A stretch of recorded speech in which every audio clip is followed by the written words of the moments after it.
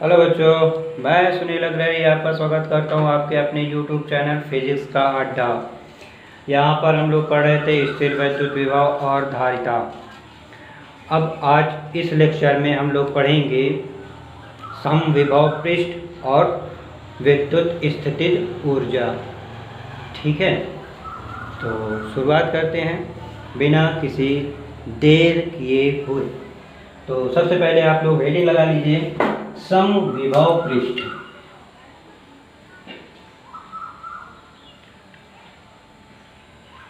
समविभव पृष्ठ,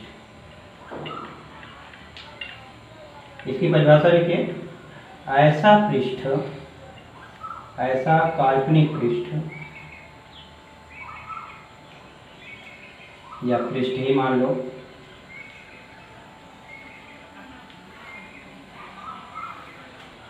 जिस पर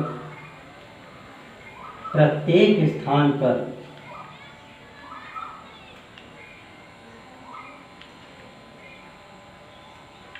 विभव समान, समविभव पृष्ठ कहलाता है।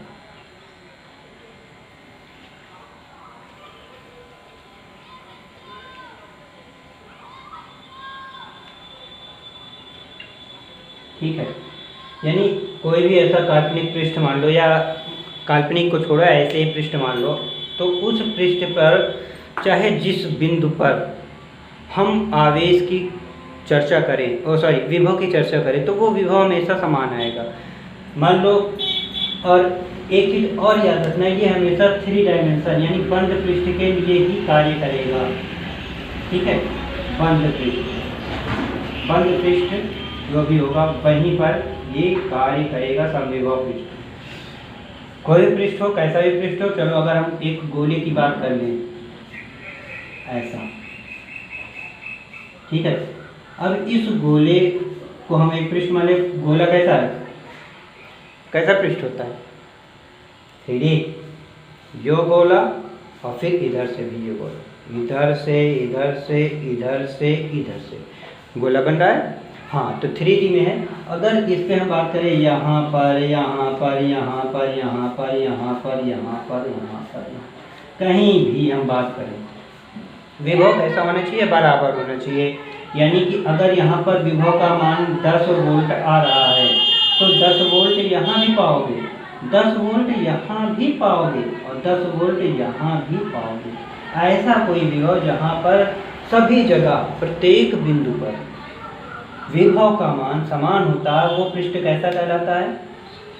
समविभव पृष्ठ। जरूरी नहीं है कि गोला पे ही बने, बेलन हो सकता है, कोई प्लेट हो, मगर हाँ ध्यान रहे 3D हो यानी बंद पृष्ठ हो। इसके लिए आपका घन हो सकता है, घनाभ हो सकता है। तो ये सारी चीज़ें हैं जिसपे ये बंद पृष्ठ विभव जो है हर एक बिंदु पर समान होता है, समविभव पृष्ठ कहलाता है। क्लियर? समविभव पृष्ठ की कुछ क्वालिटीज़ भी हैं, गुण। तो चलिए हम गुण की चर्चा कर लें। चाहे उसे गुण कहिए, अंग्रेजी में प्रॉपर्टी भी बोलते हैं, तो हम गुण ही कह लेते हैं समविभव पृष्ठ के गुण। हेडिंग लगा लीजिए, समविभव पृष्ठ के गुण।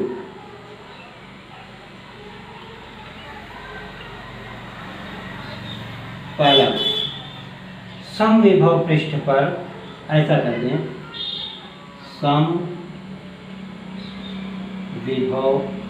पृष्ठ पर किन्हीं दो बिंदु के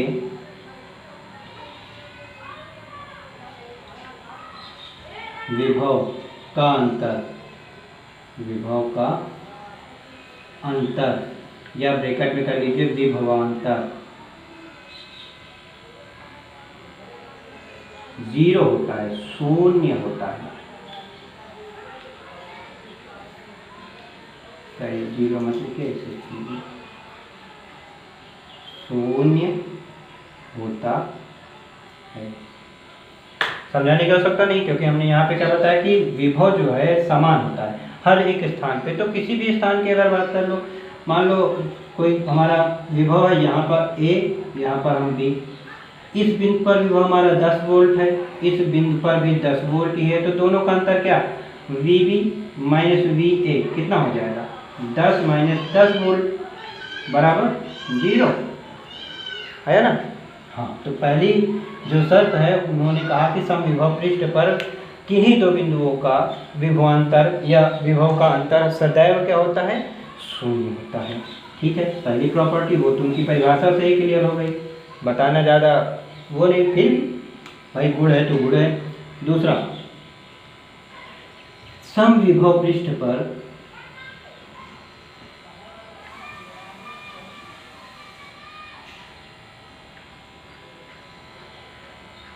समविभव पृष्ठ पर आवेश को एक स्थान से दूसरे स्थान तक ले जाने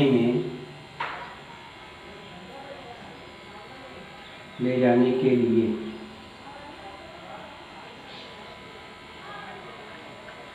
वैद्युत बल का मान शून्य होता है, ये भी शून्य होता है।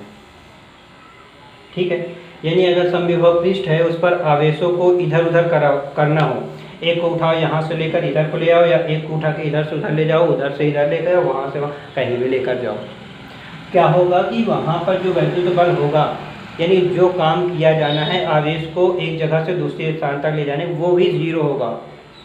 कैसे भाई, हमने विभव का फार्मूला पढ़ा है क्या, विभवांतर का, V B minus V A is equal to work done, यानी किया गया कार्य और बटे आवेश की मात्रा, हमने ये पढ़ा है, बोलो हाँ। अभी अभी हमने यहाँ पे क्या बताया, विभवांतर क्या होता है, शून्य।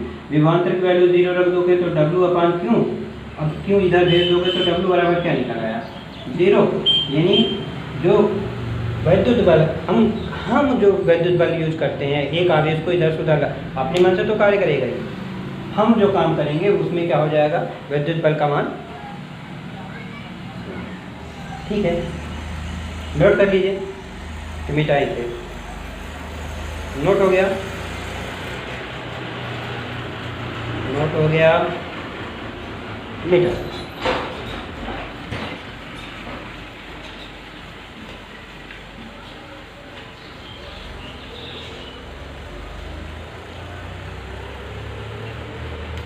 दो, तो तीसरा नंबर ये क्या कहता है, समविभव पृष्ठ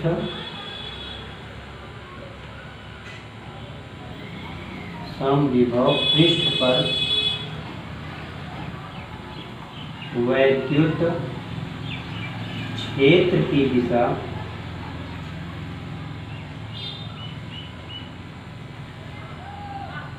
पृष्ठ के लंबवत होती है।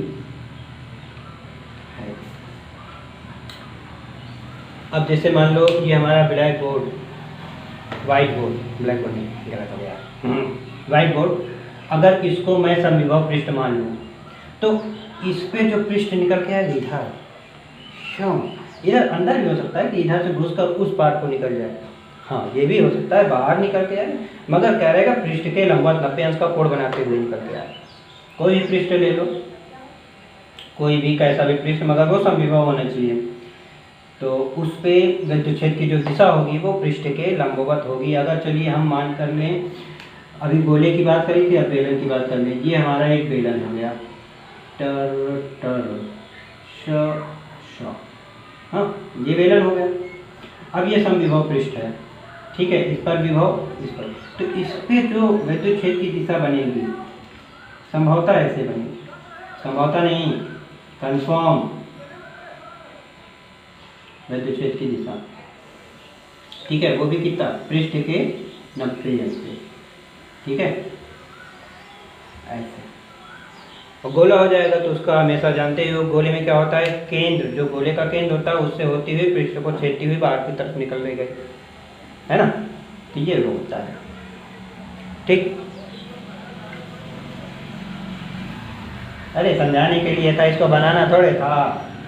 हाँ, लिखिए नंबर 4, ये कहता है कोई भी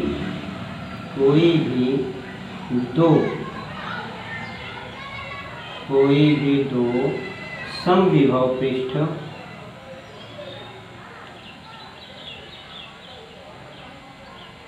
कभी भी एक दूसरे को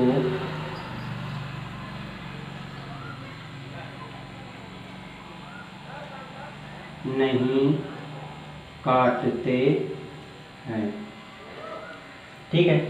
अब ये वाली प्रॉपर्टी आप उसमें देख लीजिए, विद्युत क्षेत्र की तीव्रता में, उसमें क्या कहा कि विद्युत क्षेत्र की जो तीव्रता होती है किसी एक बिंदु पर, या कभी विद्युत क्षेत्र की तीव्रता एक दूसरे को नहीं काटती है, उसके पास से होकर चली जाएगी, मुड़ जाएगी, मगर एक दूसरे को कभी काटेगी नहीं। सेम यहाँ भी वही होता है, समविभव पृष्ठ जो होता है वहाँ पे विद्युत क्षेत्र की तीव्रता नहीं काटती। अगर हम ऐसा मान लें कि गोला बनाएंगे, नहीं बनेगा, बेलन में गड़बड़ हो जाएगा, चलिए बेलन ही देख लेते हैं। यह हुआ हमारा टर टर टर टर, एक बेलन हमने ऐसा एज्यूम कर लिया, ये रखा हुआ है, एक बेलन हम ऐसे मान लेते हैं, समविभव पृष्ठ, ये भी समविभव पृष्ठ, ये भी। इसके लिए हमने क्या बताया, विद्युत क्षेत्र की दिशा कैसी है, ऐसी, यानी इस पॉइंट पे अगर हम देखें तो विद्युत क्षेत्र की दिशा कैसी, ऐसी, बाहर की तरफ निकल रही, बाहर की तरफ। वैसे ही इस बेलन के लिए जो ये पड़ा हुआ है, एक खड़ा हुआ है, एक पड़ा हुआ है, तो जो खड़ा है उसके लिए तो बाहर की तरफ निकल रही है, बाहर की तरफ, ठीक। और जो ऐसे पड़ा हुआ है उसके लिए कैसे, ऐसे आएगी या नीचे की तरफ आएगी, यानी इधर हो सकती है। हाँ भाई, हो सकती है, तो हम इसको नहीं मानते, ये नहीं मानते, ये नहीं मानते। क्या एक बिंदु पर दो विद्युत क्षेत्र की दिशा हो सकती है, असंभव। तो जब विद्युत क्षेत्र की दिशा संभव नहीं है तो समविभव पृष्ठ भी एक दूसरे को कभी नहीं काटेंगे। भाई ये हमने काटा हुआ बना दिया, एक बेलन को ऐसे रखा, एक को ऐसे करके खड़ा कर दिया, उससे टॉर ऐसे करके ना, नहीं संभव, क्योंकि यहाँ पे विभव सॉरी विद्युत क्षेत्र की दिशाएं कैसे हो रही है, एक ही बिंदु पे दो दो दिशाएं दिखा रही है, जो कि असंभव है। तो कोई भी दो समविभव पृष्ठ कभी भी एक दूसरे को नहीं काटते, तो समविभव पृष्ठ का भी ये काम होता है। बस इतना ही नोट कर लीजिए, तो इसको मिटाएं, फिर आगे बताएं। स्थिर वैद्युत स्थितिज ऊर्जा, मिटा दें, मिटा दें, मिटा दें, मिटा दें, मिटा दें।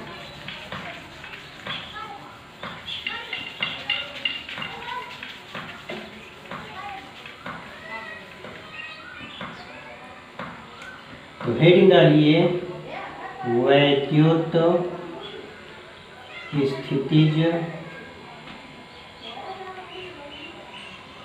ऊर्जा।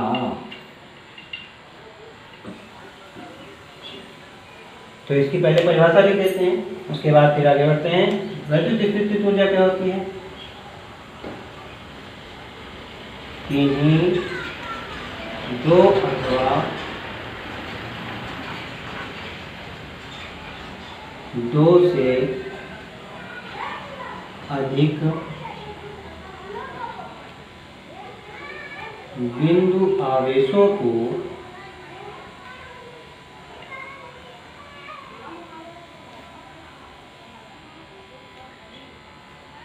अनंत से लाकर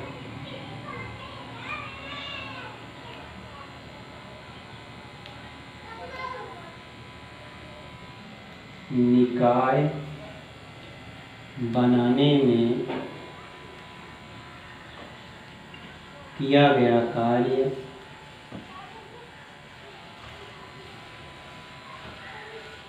निकाय में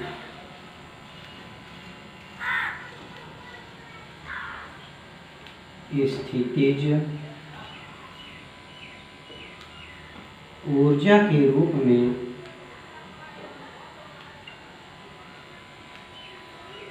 संचित हो जाता है।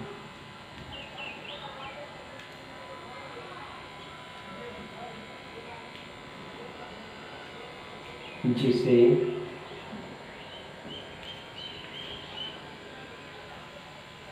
स्थितिज वैद्युत स्थितिज ऊर्जा कहते हैं। इसे U से प्रदर्शित करते हैं।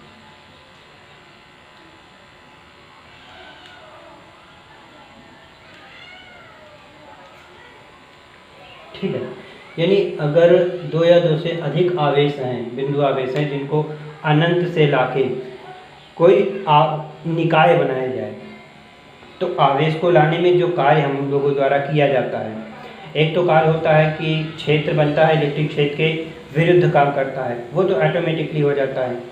और एक हमको उसको आवेश को लाने में करना पड़ता है। तो जो काम हम कर रहे हैं वो उस निकाय में स्थिर हो जा रहा है, संचित हो जा रहा है। ऐसा तो है नहीं कि भाई जो काम हम करें वो कहीं स्टोर ना हो, तो ये निकाय में आके स्टोर हो जाता है। तो वही जो स्टोर हुआ हमारा कार्य, वो स्थितिज ऊर्जा के रूप में संचित हो जाता है, और उसी स्थितिज ऊर्जा को हम वैद्युत स्थितिज ऊर्जा के नाम से जानते हैं, जिसे U से प्रदर्शित करते हैं। और एक चीज़ और, एक बिंदु आवेश के लिए स्थितिज ऊर्जा का मान सदैव शून्य होता है। जैसे अगर हम बात करें एक बिंदु आवेश के लिए, ये बिंदु आवेश Q यहाँ पर रखा हुआ है, यहाँ से R दूरी पर अगर हम क्षेत्र की चर्चा करें, विद्युत क्षेत्र की, तो ये क्या होता था, KQ/R², स्मॉल r की बात करें तो ये, ठीक। और विभव की बात करें तो विभव भी हमको मालूम हो सकता था कितना, KQ/R, लेकिन यहाँ पर U का मान सदैव 0 होता है। ठीक है, इतना याद रखिएगा कि एक बिंदु आवेश के लिए स्थितिज ऊर्जा का कोई मान ही नहीं है। स्थितिज ऊर्जा का मान तब निकलेगा जब दो आवेश, कम से कम दो आवेश होंगे, और उनमें उनको अनंत से लाके निकाय बनाया जाएगा। ठीक है, निकाय बनाने में जो फिर वो कार्य होगा उसे ही स्थितिज ऊर्जा के रूप में क्लासिफाई करेंगे। इसके लिए सूत्र है, इसको बताएं कैसे होगा। मान लिया हमारे पास दो बिंदु आवेश हैं,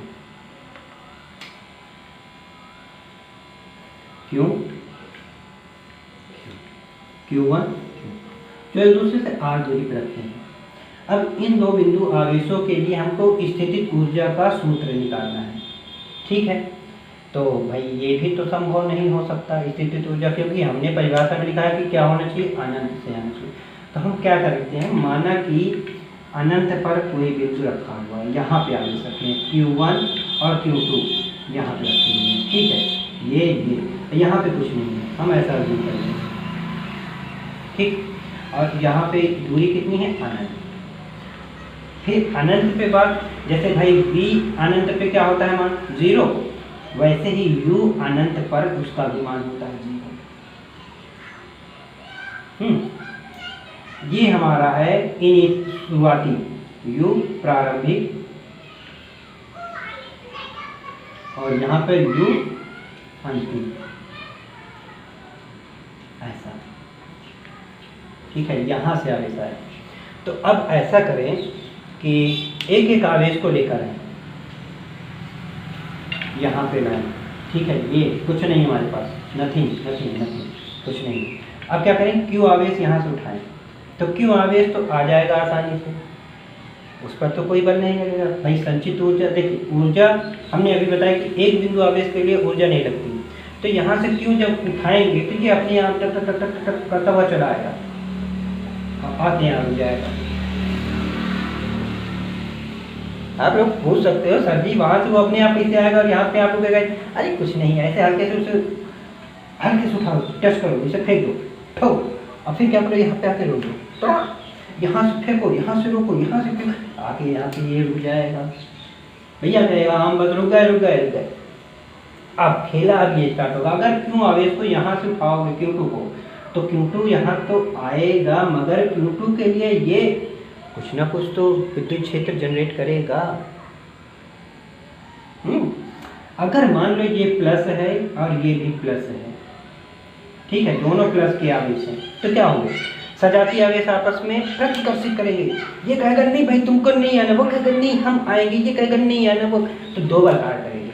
एक बल तो इधर को काम करेगा जो ये करवा रहा है, एक बल इधर को काम करेगा जो हम करेंगे इसको यहाँ तक लाने में, मान लिया इसको यहाँ तक लाने में लाया, यहाँ पहुँचा दिया, क्यों टू, जिनके बीच की दूरी कितनी हो गई आर। ठीक है, तो अब इस एक बिंदु पर हम विभव ज्ञात कर लें, तो उससे कुछ हमारा काम हो सकता है।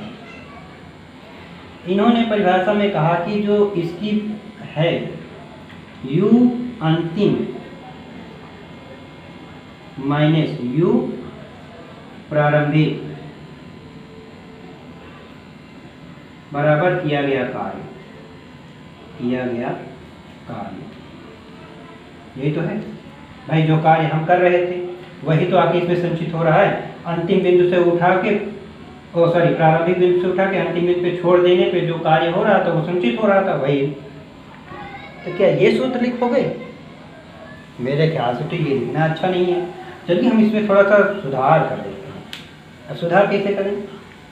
मीटो मीटो मीटो मीटो मीटो मीटो मीटो मीटो, हाँ ठीक है। अगर इसको हम नाम दे दें, ये बिंदु ए, ये बिंदु बी, ठीक है, तो बिंदु बी पर विभव ज्ञात कर लो। बिंदु बी पर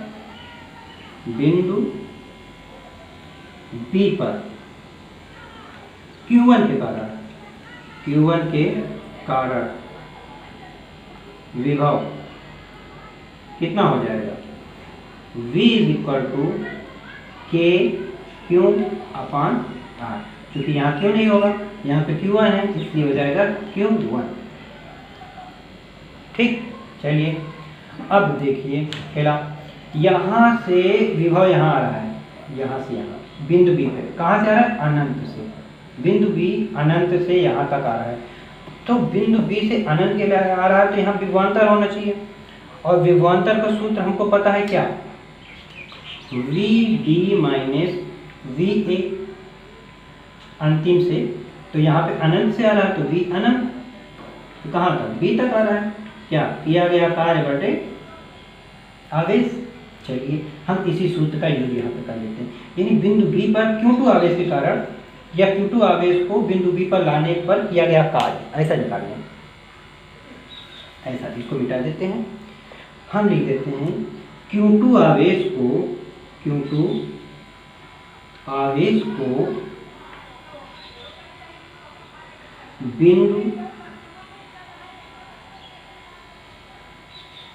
बी तक लाने में किया गया कार्य। W बराबर क्या हो जाएगा? अरे भाई वही Q2, क्योंकि कौन सा आवेश आ रहा? Q2 आ रहा ना, और विभवांतर क्या? वही V अनंत माइनस VB विभवांतर। और यहाँ पर विभवांतर का मान हम क्या निकाल चुके हैं? KQ/R। तो यही लिख देते हैं Q2 × K Q1/R, यानी किया गया कार्य W बराबर निकल आया। अब इसको और लिख लेते हैं K Q1 Q2/R। भाई जो कार्य किया जा रहा है वही कार्य तो ऊर्जा के रूप में होता है, अतः स्थितिज ऊर्जा बराबर, अतः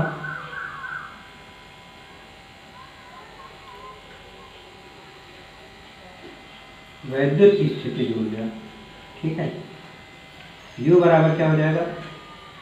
K Q1 Q2/R फाइनल, ठीक है, जूल, क्योंकि कार्य हमेशा जूल में होता है, स्थितिज ऊर्जा ये जूल में, वैद्युत स्थितिज ऊर्जा।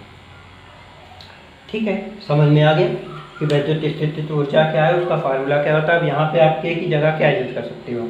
K = 1/4πε0, ठीक है, निर्वात अथवा वायु के लिए ये भी यूज कर लो, फार्मूला वही रहेगा के Q1 Q2 upon R। Okay, समझ में आ गया? नोट कर लीजिएगा। और आज के वीडियो को यहीं पर विराम देते हैं। नेक्स्ट वीडियो के लिए नेक्स्ट डे फिर से मिलते हैं। तब तक के लिए tata, bye bye, take care, see you again.